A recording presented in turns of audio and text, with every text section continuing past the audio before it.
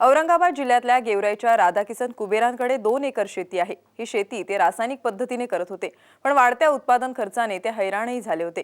या काळात त्यांना गावातल्या अशोक कुबेर यांच्याकडून नैसर्गिक शेतीची माहिती मिळाली। त्यांनी नैसर्गिक पद्धतीने भाजीपाल्याचं उत्पादन कसं घ्यायचं याची शास्त्रशुद्ध माहिती घेतली आणि मोठ्या धाडसाने रसायनांचा वापर बंद करून नैसर्गिक तंत्राचा स्वीकार केला। आज त्यांच्याकडे वांगी, कोबी, फ्लॉवर यासह भाजीपाल्याची इतर पिकंही आहेत। यापासून त्यांना वार्षिक मशागतीचा, बियाण्यांचा आणि मजुरांचा 20 ते 25 हजार रुपयांचा खर्च वगळता 2.5 ते 3 लाख रुपयांचा निव्वळ नफा मिळतोय। जीवामृत दशपर्णीच्या वापराने शेतीचा उत्पादन खर्च कमी करण्यात त्यांना यश मिळालंय। आज आपण त्यांच्या नैसर्गिक शेतीची पाहणी करण्यासाठी औरंगाबाद जिल्ह्यातल्या गेवराई कुबेर या गावी जाणार आहोत। औरंगाबाद परिसरात वाढत्या कारखानदारीनं जमीन कमी होतीये, त्यामुळे इथले बहुतांश शेतकरी अल्पभूधारक झालेत। या अल्पभूधारकांपैकीच गेवराईचे राधाकिसन कुबेर देखील एक। आज त्यांच्याकडे 2 एकर शेती आहे। ही शेती ते अनेक वर्षांपासून रासायनिक पद्धतीनं कसत होते। रासायनिक खतांच्या वाढत्या खर्चानं ते हैराण झाले होते। आमच्याकडं वडिलोपार्जित 2 एकर शेती आहे। ती शेती आम्ही पारंपरिक पद्धतीनं करत होतो की ज्याच्यामध्ये रासायनिक पद्धतीनं करत असल्यामुळं रासायनिक खर्च आणि औषधाचा खर्च, मंजूर आणि नैसर्गिक आपत्ती याच्यामुळं आम्हाला ती शेती पुरत नव्हती। परंतु ज्यावेळेस आमचे मित्र अशोक कुबेर यांनी आम्हाला नैसर्गिक जी शेती आहे ती करावी, त्यामुळं आपल्याला शेती पुरण असं आमची इच्छा नसताना सुद्धा त्यांनी आमच्याकडे आग्रह केला। रासायनिक शेती परवडत नसल्यानं त्यांना घरची शेती पाहून शेतमजुरी देखील करावी लागत होती। दरम्यान सटाण्याच्या रावसाहेब घावटेंनी त्यांच्या गावात नैसर्गिक पद्धतीनं शेती असणाऱ्या शेतकऱ्यांचा गट तयार केला।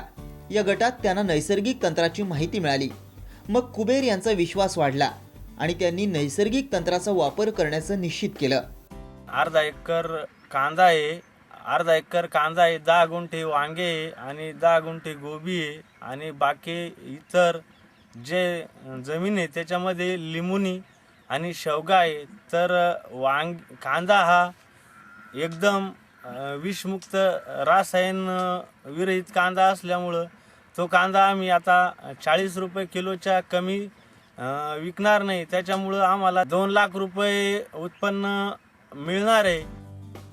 राधाकिसन कुबेर यांच्याकडे 2 एकर शेतीपैकी अर्धा एकरांवर यंदा त्यांनी कांदा लागवड केली आहे, तर 10 गुंठ्यात पत्ता कोबी आणि 10 गुंठ्यात वांग्याची लागवड केली आहे। आपल्या पिकांना ते प्रत्येक पाण्यातून किमान 200 लिटर जीवामृताचा डोस देतात। रासायनिक खतांचा आणि कीटकनाशकांचा वापर बंद झाल्यानं त्यांचा शेतीचा उत्पादन खर्च आज अतिशय कमी झालाय। पहिल्यांदा जी रासायनिकवर जी शेती होती तर ती शेती नैसर्गिक आपत्तीमुळं सतत हेरायची, अंधार राहायची। परंतु ज्यावेळेसपासून आम्ही 0 बजेटवर शेती करायला लागलो तर त्यावेळेसपासून आमच्याकडं लिंबुनीसुद्धा आहे, तर तिच्यासुद्धा उत्पन्नामध्ये वाढ झाली। आणि कांद्याचं यावर्षीच्या गारपिटीमध्ये ज्यावेळेस आमच्याकडं हे आले होते ग्रामसेवक पंचनामासाठी, तर त्यावेळेस त्यांनी सांगितलं होतं की हा कांदा 100% गेलेला आहे। परंतु तरीसुद्धा आम्ही त्याला जीवनामृत सोडत राहिलो आणि जीवनामृतची फवारणी केली, तर तो कांदा आजही सुद्धा 90% आलेला आहे। आज कुबेर यांना 20 गुंठे कांद्यापासून किमान 1.5 ते 2 लाखांचं उत्पन्न मिळणार आहे। त्याचबरोबर भाजीपाल्याच्या पिकांबरोबर लिंबू आणि शेवग्यापासून त्यांना किमान लाख रुपयांचं उत्पन्न मिळणार आहे। यापैकी मजुरी, मशागत आणि इतर खर्चाचे 20 ते 30 हजार रुपये वगळता त्यांना 2 एकरात किमान 2.25 लाखांचा नफा मिळणार आहे। यंदा त्यांचा रासायनिक खतं आणि कीटकनाशकांवरील किमान 25 ते 30 हजार रुपयांचा खर्च वाचलाय।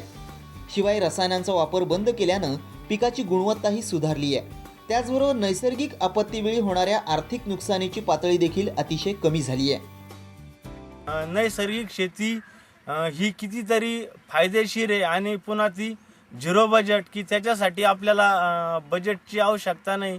म्हणून आम्ही गोबी, वांगे आणि जे भाजीपाला आहे आमच्याकडं 10 गुंठ्याचा आम्ही असे टप्पे करतो। तर गवार हे ते सगळे भाजीपाले आम्ही आता झिरो बजेट वर घेणार आणि झिरो बजेटमधून म्हणजे आपल्याला खर्च नाही आणि उत्पन्न खूप चांगलं आणि उत्पन्नचं असून सुद्धा की त्याला क्वालिटी खूप भरपूर आहे म्हणून मार्केटमध्ये सुद्धा ते चांगल्या याच्यामध्ये विकतं म्हणून आम्ही आता जी शेती करणार आहे इथून मोर तर ती सुद्धा आम्ही झिरो बजेटच्याच पद्धतीनं करणार आहे. आपल्या पिकांना ते दांडानं पाणी देतात.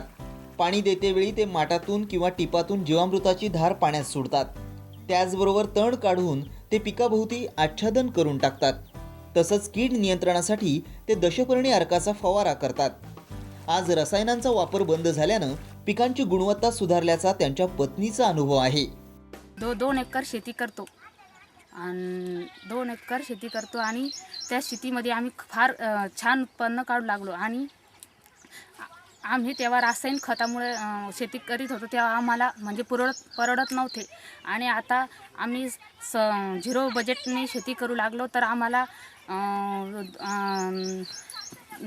3 लाख रुपयाचा माल होऊ लागला. शेतामध्ये आमचे मुलं बाळं चांगले राहू लागले. आमचं चांगलं होऊ लागलं आता झिरो बजेट शेतीमुळे आणि आम्ही आता आम्हाला तेव्हापासून रोजगार ते लावायचे सुद्धा काम करून आम्ही घरीच कामं करू लागलो शेतीमध्ये आणि त्याच्यामुळे ना गवताचं पण प्रमाण कमी होऊ लागलं त्या झिरो बजेट वापरल्यामुळे. नुकत्याच झालेल्या गारपिटीत कुबेर यांच्या कांदा पिकाचं मोठं नुकसान झालं होतं, पण जीवामृताच्या वापरानं त्यांच्या पिकाची पुन्हा समाधानकारक वाढ झाली आहे.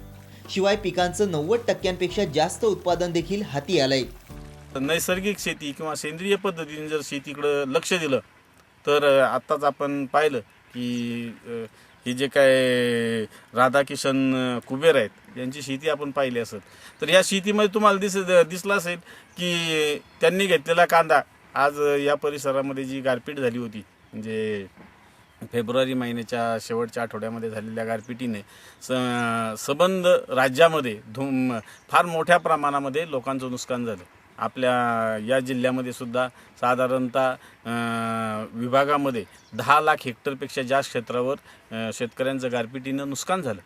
पण तिथंच जे शेतकरी नैसर्गिक पद्धतीने शेती करत होते त्या शेतकऱ्यांच्या शेतावर मात्र त्याची झळ त्या प्रमाणात पोचली नाही. ज्यावेळेस कृषी विभागाचे कर्मचारी, ग्रामसेवक, तलाठी हे पंचनामा करायला इथं या शेतावर आले तर त्यांनी पाहिलं तर ते म्हणले 90% जास्त नुकसान झालेलं आहे.